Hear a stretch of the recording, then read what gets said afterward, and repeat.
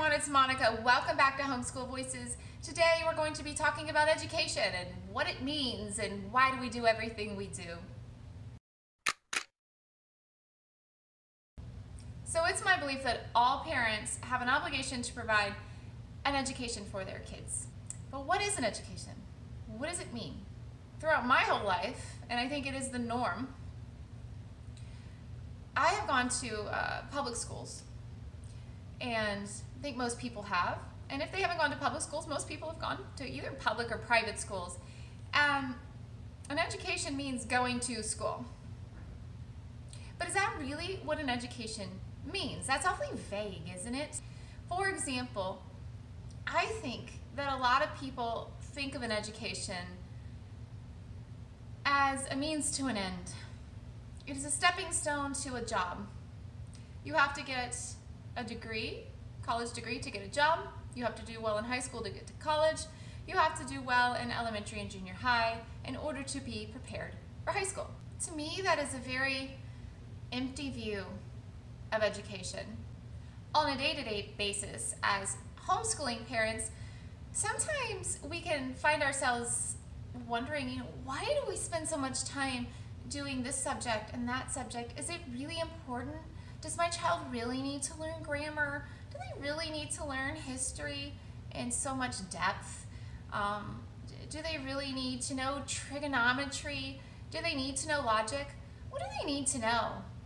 I think that we find ourselves asking these questions because we really don't have clarity on what it means to be well educated and why we're doing this. Are we doing this so our kids simply can get certain credentials so they can get a job later? Or do we have higher aspirations? Is there something about being educated, regardless of whether you ever work or not, that is inherently good? I feel that being well educated is inherently good, whether or not I never work in my life. So I want to be educated. I want my children to be educated. But if you don't have clarity on what it means to be educated, how can you make decisions about what curriculums to use? You're just worried about this year and where are my kids at? My kid is at third grade level.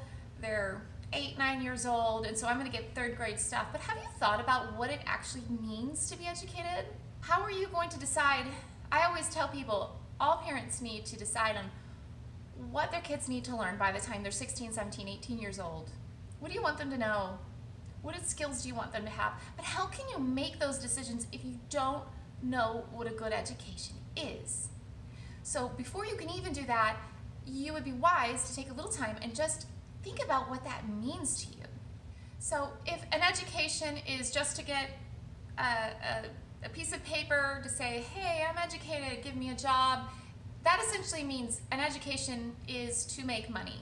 And then, of course, there is the consideration of debt. So if you're looking at an education as a financial transaction, basically you get educated so that you can have a job and make money. That's problematic because so many people are in such horrendous debt because of their education. And then there's also no guarantee that you will get a job or that you will get a good paying job. In fact, that's not even a strong enough way to say it. It's not that there's not a guarantee. There's actually a fairly low chance that you will get a good paying job. Unless, of course, you were trained in something that is automatically higher paying, such as, being a doctor or being a lawyer. I'm just saying it's not necessarily a sure thing anymore that you're going to put all this money into an education and then you're going to make a lot of money. So many kids go into school, into college, and they don't even know what they want to do, yet they're paying all that money. That's a terrible idea. That's what I did. And that's what a lot of people do, and I don't think we should encourage that. So again, this whole idea of an education as a financial transaction, maybe not the best way to look at it. A lot of people make money without an education. I think Richard Branson dropped out when he was 15 years old, and look at him. Abraham Lincoln had about a year or less of formal education, and he was a lawyer and obviously the President of the United States. You can think of a lot of examples of people who do very well. There's all kinds of people on YouTube making a living, a good living. And a lot of those people are not educated past high school, at least, and even that education may not have been so great. So do you really need a great education to make money? Is that what it means to be successful in life? To make money? I mean, I think it's helpful. I want to make money. I don't want to be poor. I really don't. I don't want to struggle. I want my kids to make money. I want to have some money. I don't need to be filthy rich, but I want to have enough to be comfortable, and I want the same for my children. But that is not what it means to be successful. I think if you just make money and you're an uneducated dullard, that's not really successful. To me, it's important to be educated. So then I had to ask myself, what does that mean? What does that look like? What does an educated person look like compared to a person who's not educated? I think an educated person is completely fluent in their native language. And that sounds funny. I mean, who isn't fluent in their native language? I think a lot of people aren't. I think to be fluent, you have to have a reasonably high vocabulary. You have to know the language well enough not to make constant grammar mistakes or really glaringly obvious and horrible grammar mistakes, such that even your meaning is unclear. You need to be able to spell reasonably well. And writing, you need to be able to write in your native language. If you can't write, you're not able to express your ideas very well, or very clearly, or very logically. So I think an educated person is very fluent in their own language. So if you have two people and one person is very well spoken and they have obviously a reasonably high vocabulary versus a person who's not well spoken, they make all kinds of obvious grammar mistakes. You could tell their vocabulary is low because when you talk to them, it's clear they don't understand certain words. One person's educated, one person's not. So an educated person, definitely fluent in their native language. They can also write well in their native language. Now this, a lot of people, you may not agree with me, but I really feel that you have to be able to write well. So that is essential to be well educated. If you can't write well, there's two big problems. One, if you can't write well, I'm not sure how clear the thoughts are in your head, how fleshed out they are. If you can't present your thoughts in written form in a clear, logical, and convincing way, dare I say entertaining, then I don't know how clear your thoughts are in your head. And also, writing is largely for communication with other people. And so I don't think that you're very well educated if you can't communicate effectively with people. So again, you have to be clear, you have to be logical in how you present what you want to say, what you want to communicate. So they have to be able to write, they have to be fluent in their language, you have to be able to write. I think that an educated person is generally knowledgeable about the stories in their culture. Now, sometimes in other cultures too, but specifically in their own culture, at bare minimum. I think if a person lives in China, grew up in China, and they weren't familiar with the various folk tales and the literature in their own culture, they probably wouldn't be considered very well educated. Just as if you live in the United States and you're not familiar with, at least a handful or two of some of the great works of fiction, we'll say, maybe a little philosophy in the Western tradition, you're probably not going to be considered well educated. And it's interesting because when you think about it, the study of literature is very social. There are ideas in literature that when we read a book, we read a story, we grapple with those ideas. And they are kind of important in our culture. The ideas in our culture may not be the same ideas that people grapple with in other cultures. Sometimes they are, sometimes they aren't.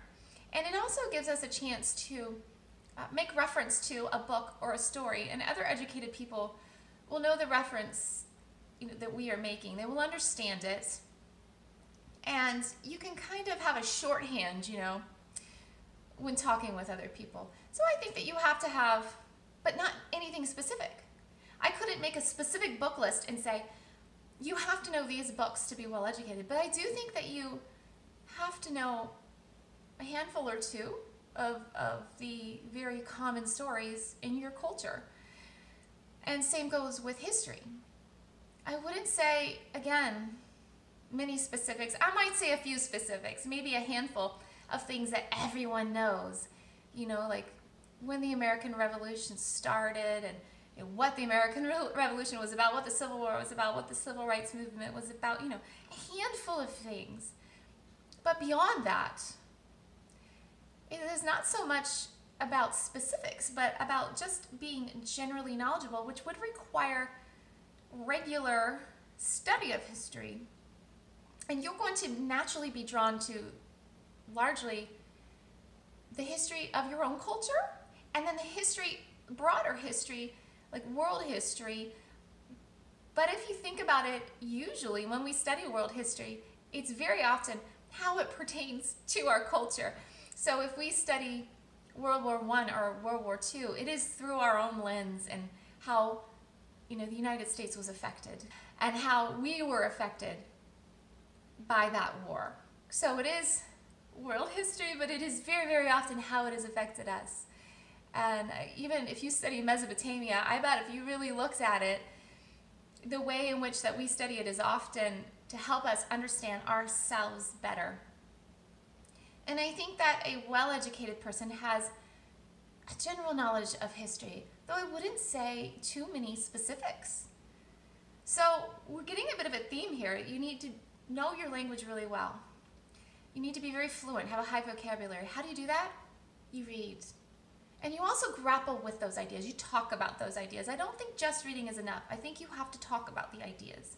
And then you have to write sometimes. You have to express opinions, form ideas, have thoughts, and learn how to express them in an intelligent way in written form. And that's another way. It's like talking about the ideas, but it's more involved, and it's more of a brain workout. And that is closely linked with reading and with the literature and history. Again, it is just, those are largely social. So we can understand our shared stories and our shared history. You need to know basic math, and really just basic math. If you think of someone who is educated, try to picture someone and someone who is not educated. The educated person does not necessarily know trigonometry or even geometry. If they did a geometry test and educated an adult, most of them wouldn't pass. I'm not saying there's no value to it. I'm just saying, what are the necessary core elements?